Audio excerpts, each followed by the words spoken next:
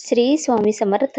आपल्या भारतीय संस्कृतीत प्रत्येक सण हा केवळ परंपरा नसून तो आपल्या जीवनाचा, निसर्गाचा आणि श्रद्धेचा एक उत्सव असतो. गावात असो की शहरात सण आल्यावर घराघरात नवा उत्सव भरतो. अंगणात रांगोळ्या सजतात, देवघर उजळतात आणि घरात आनंदच दरवळतो. असाच एक खास सण म्हणजे पोळा. हा फक्त शेतकऱ्याचा सण नाही, तर निसर्गाशी आपण जोडलेलं नातं जपणारा, बैलाच्या कष्टाची आठवण करून देणारा आणि आपल्याला कृतज्ञतेची शिकवण करून देणारा उत्सव आहे.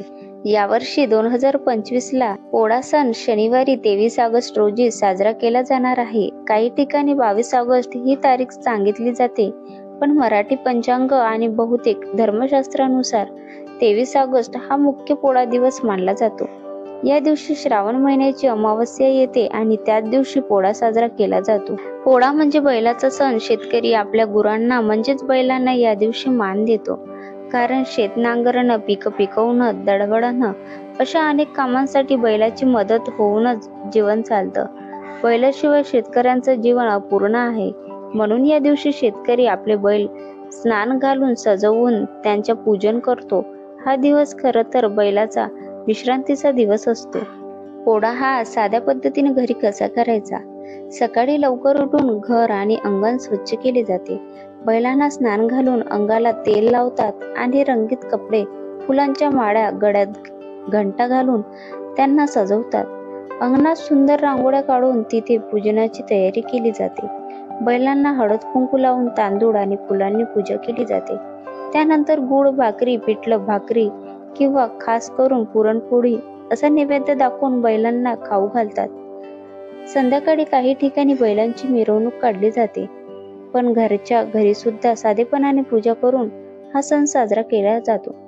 पोळा साजरा करण्यामागे एक भावनिक आणि धार्मिक अर्थ दडलेला आहे. आपल्या मेहनतीत, उत्पन्न आणि सुखात बैलाचा वाटा खूप मोठा आहे.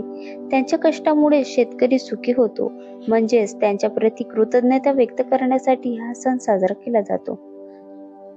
काही ठिकाणी या दिवशी मातीचे बैल देखील विकत आणले जातात आणि मुलं त्यांना सजवून त्यांचं पूजन करतात. यामागे पुढील पिढीलाही या परंपरेचं आणि गुरांवरील प्रेमाचं शिक्षण द्यावं हा उद्देश असतो. पोळा हा फक्त एक धार्मिक विधी नाही, तर कृतज्ञता उत्सव आणि पिठोरी अमावस्येला आई आपल्या मुलांसाठी देवीला प्रार्थना करतो. तसेच पोळ्याच्या दिवशी शेतकरी आपल्या गुरांना मान देतो. या दिवशी आपणही निसर्गाला, गुरांना आणि मेहनतीला सलाम करून जीवनात साधेपणा, प्रेम आणि कृतज्ञता जपावी. पिठोरी अमावस्या आणि पोळा या दोन्ही सणांचा उद्देश एकच आहे: कुटुंब, लेकरं आणि गुरं यांचा सुख, समृद्धी व आरोग्य. पिठोरी माता लेकरांचं रक्षण करते, तर पोळ्याच्या दिवशी बैलाचं पूजन करून निसर्गाशी असलेलं नातं घट्ट केलं जातं. श्रद्धा, साधेपणा, स्वच्छता, शाकाहारी स्वयंपाक आणि दान ही या दोन गोष्टी सणांची खरी ओळख आहे. आपल्या संस्कृतीत बैलाला नंदी म्हणून महादेवाचं वाहन मानलं जातं. नंदी म्हणजे निष्ठा, सेवा आणि सामर्थ्य याचं प्रतीक.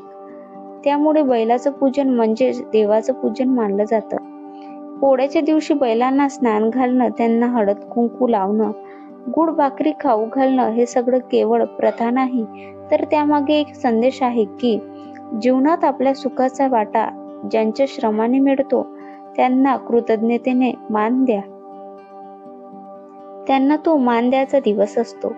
पोळ्याच्या सणातून आपण शिकतो की प्रेम, कृतज्ञता आणि आदर हेच नात्याचं खरं सौंदर्य आहे. आपल्या गुरांप्रमाणे आपल्यासोबत मेहनत करणाऱ्यांनाही आणि निसर्गालाही आदर द्यायला हवा, कारण त्यांच्या कष्टामुळेच आपले जीवन सुंदर होते. पोळा म्हणजे काय तर गुरांचा सण, बैलाचा सण. आपल्या पिढ्यानपिढ्या शेतकरी मेहनत करत आला आहे, पण ही मेहनत पूर्ण होऊच शकली नसती जर आपल्या गुरांनी त्याला साथ दिली नसती. दिवसभर उन्हातान्हात शेत नांगरणं, बैलगाडी ओढणं, माल नेणं ही कामं गुरांनी आपल्या जीव तोडून केली आहेत. आणि म्हणूनच आपला शेतकरी वर्ग या सणाला फक्त सण म्हणून नाही, तर कृतज्ञतेचा दिवस मानतो. अगदी जुनी एक गोष्ट सांगितली जाते. एका गावात गोपाळ नावाचा शेतकरी होता. त्याच्याकडे 2 बैल होते, नंदू आणि बाड्या. दुष्काळ पडला, गावात उपासमारी झाली. लोक त्रासले, पण गोपाळने जेवढं थोडंफार अन्न होतं ते स्वतः उपाशी राहून आपल्या बैलांना खाऊ घातलं, कारण त्याला माहित होतं ह्याच बैलामुळे माझी शेती पुन्हा उभी राहील. खरंच पुढच्या वर्षी पाऊस आला, पिकं आलं आणि गावकऱ्यांनी पाहिलं की गोपाळची शेतीच सर्वात जास्त भरली आहे. त्याच क्षणापासून गावकऱ्यांनी ठरवलं की आपण गुरांना एक दिवस नक्की मान द्यायचा आणि तिथूनच पोळा सण सुरू झाल्याचं सांगितलं जातं.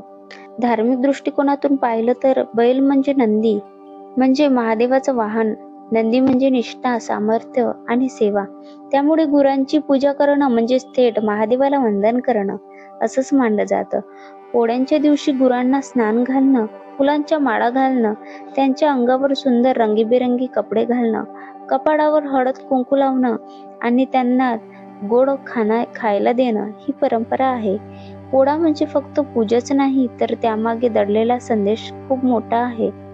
आपल्याला शिकायला मिळतं की जीवनात ज्यांच्या श्रमामुळे आपलं पोट भरतं, सुख मिळतं, त्यांना मान देणं, कृतज्ञ राहणं हेच खरं आहे. गुर असो, माणसं असोत किंवा निसर्ग असो, आपण सगळ्यांना आदर दिला पाहिजे.